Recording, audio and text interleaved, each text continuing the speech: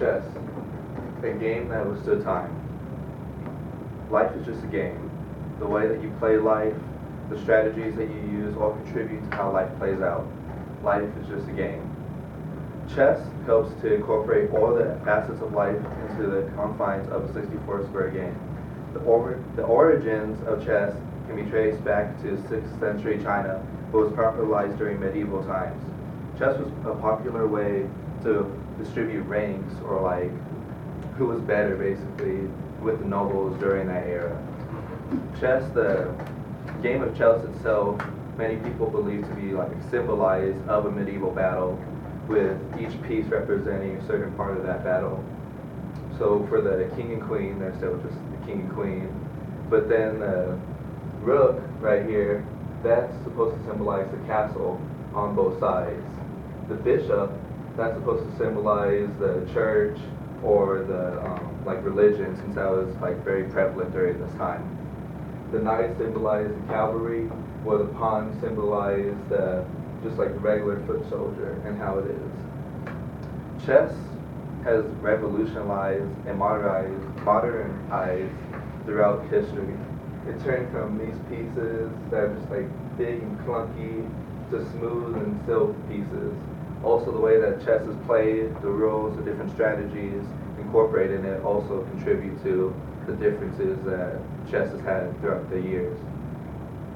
I started playing chess when I was in 3rd grade. For me, chess was an outlet to help expand my intelligence and also just to stay out of trouble with like life outside. At first, chess was just a simple hobby, something I do during class when the teacher would have us do free time. But it turned into a full-on addiction with competitiveness and a drive to want to be the best. I joined a chess club, and from there started doing tournaments, mostly on the West Coast, not really on the East Coast, but got really into it for a very long time. For this right here is normally how like chess tournaments work out for like the first few rounds. Just big tables, the ones that you see on barbecues, just spread out with chessboards all along and games happening up and down. For me, my favorite type of chess is speed chess, which is played with the clock right there. Mostly speed chess is about just making moves strategically but fast, because there's only a certain amount of time allotted to you. Sometimes it'll be 5 minutes, 10 minutes. It just depends on what kind of version that you're playing, but no matter what, it's always fun and challenging.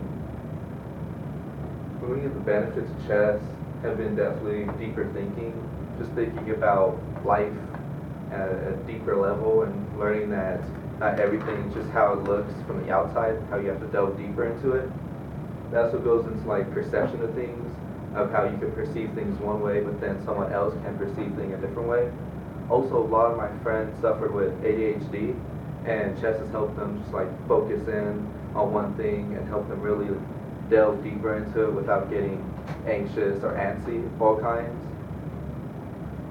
Chess also, it's benefited me with being able to do something that's proactive and fun without like being in trouble or doing stuff that I know I'm not supposed to do and then getting in trouble for it because of it.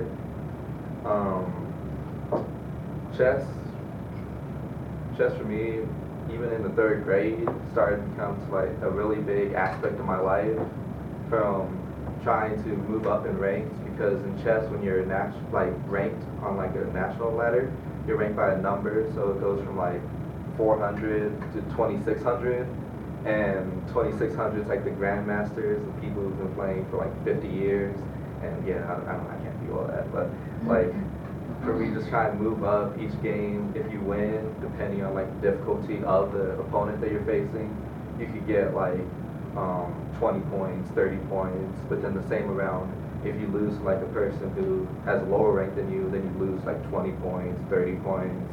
It both means like the same thing.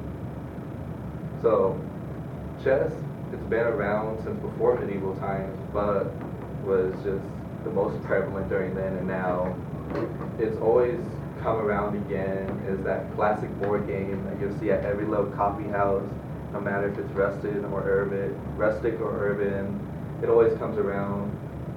For me, chess has been one of the greatest influences of my life in a positive way, and it's helped me make the right choice a lot of the time.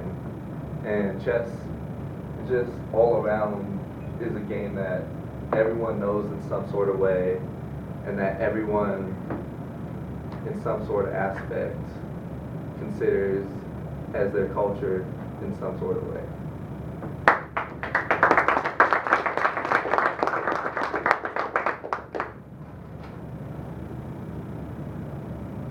Question, Don. Do you still do tournaments? Kind of getting back into it now. I stopped for a few years. What's your favorite chess piece? Chess piece, probably Private Bishop. Do you ever play virtual chess? Virtual chess? Yeah. Like video game?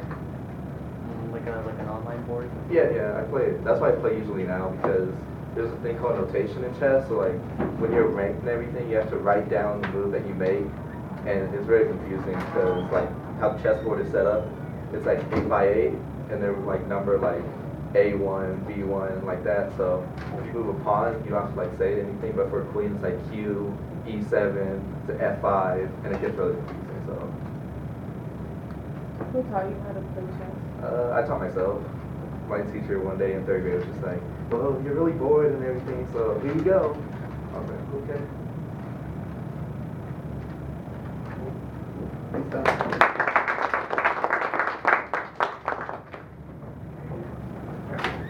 And we've got Ashley up next, followed by Vaseline.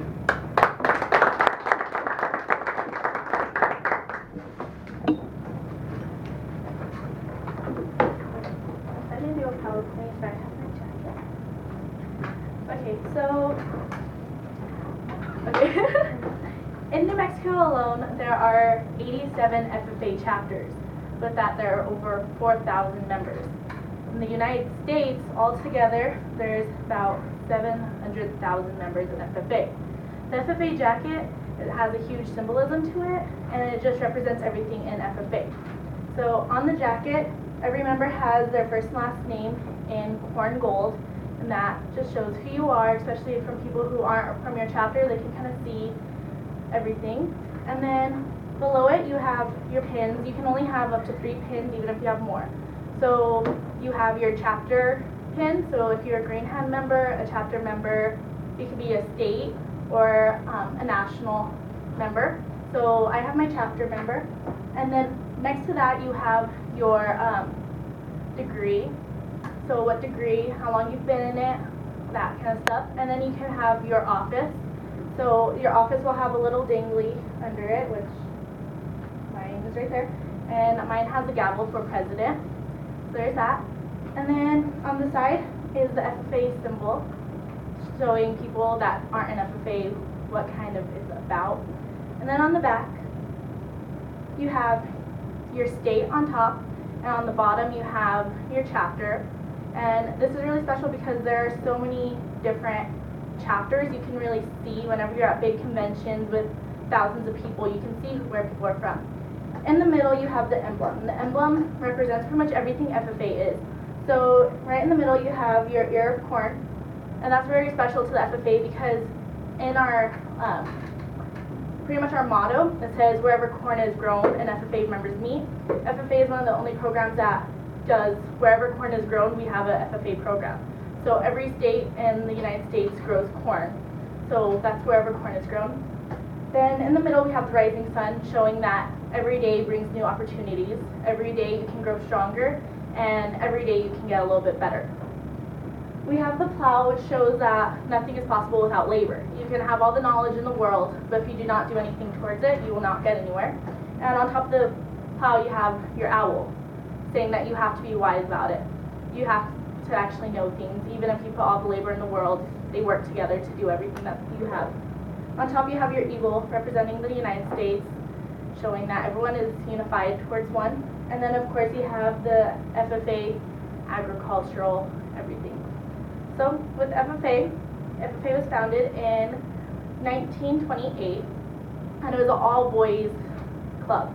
It was very small, very few knew about it, and all about farming, so that's why it was boys only.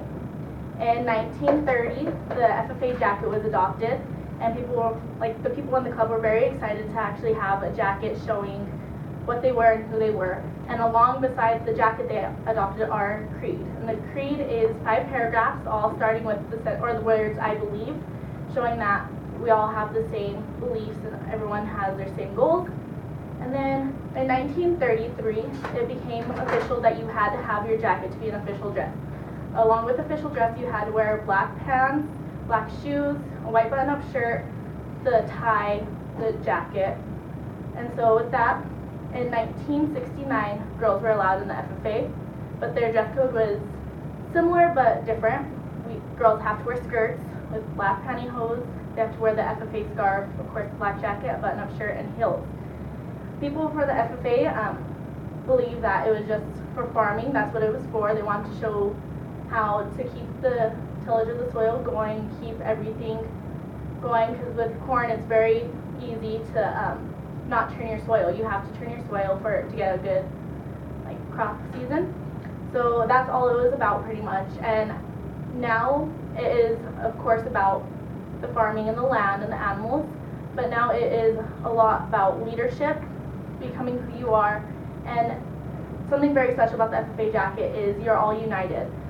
We go to state convention and there are hundreds of us, but we all know that we all have one similar goal kind of. So everyone's very friendly to each other, everyone knows how it is, and everyone's very supportive no matter what race, no matter how tall you are, what size you are. Everyone wearing this jacket is unified in one way or another, and that is very special to the kids in FFA. And so I believe that if you are to teach younger children about FFA, is a very big opportunity. You have a lot of opportunities with it. You meet a lot of new people, and it's something very good to get your kids into and to get other people to look forward to, because it is a very life-changing experience.